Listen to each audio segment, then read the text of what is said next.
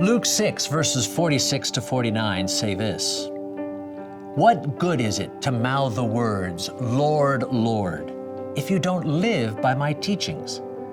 What matters is that you come to me, hear my words, and actually live by them. If you do that, you'll be like the man who wanted to build a sturdy house. He dug down deep and anchored his foundation to solid rock. During a violent storm, the floodwaters slammed against the house, but they couldn't shake it because of its solid craftsmanship.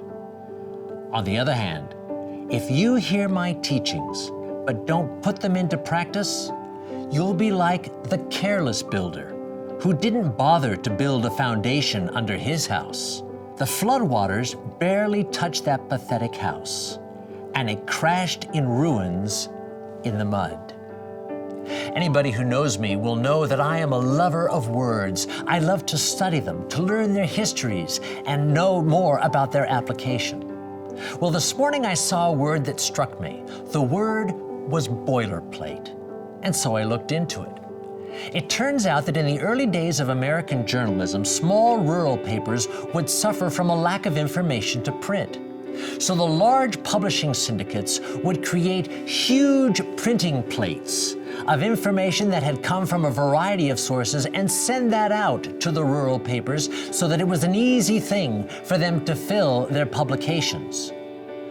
They call them plates, but they look just like the plates that were created when they would create steam engines.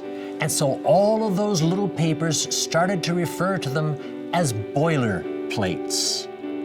Of course, eventually, that term was applied not simply to the mechanisms by which the printing took place, but to the words themselves, meaning hackneyed or unimportant writing. In contrast to that, these words from the Lord demonstrate for us how important it is for us to understand every single word He offers. We read in the Psalms that the grass withers and the flowers fall, but the Word of God lasts forever. We also know that in the New Testament it says that the Word of God is living and active. And you and I have to be conscious of that as followers of Jesus Christ. You and I have to make sure that the words that we utter are based on the solid foundation of the Word of God itself. We must test what we say. We must test everything by that one guideline. Because if our words are based on those words of Christ and on what we read in the Scriptures, they'll have strength and they'll have power. They will build up. They will create more fellowship. They will encourage others. They will, in fact, convey the wisdom that comes from Him and Him alone.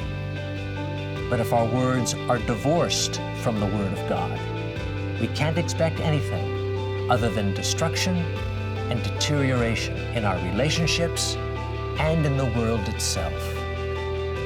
You and I have an obligation not just to hear the things of Christ, but to actually live by them. Because when it comes to the Word of God, there's nothing boilerplate about that. God bless you.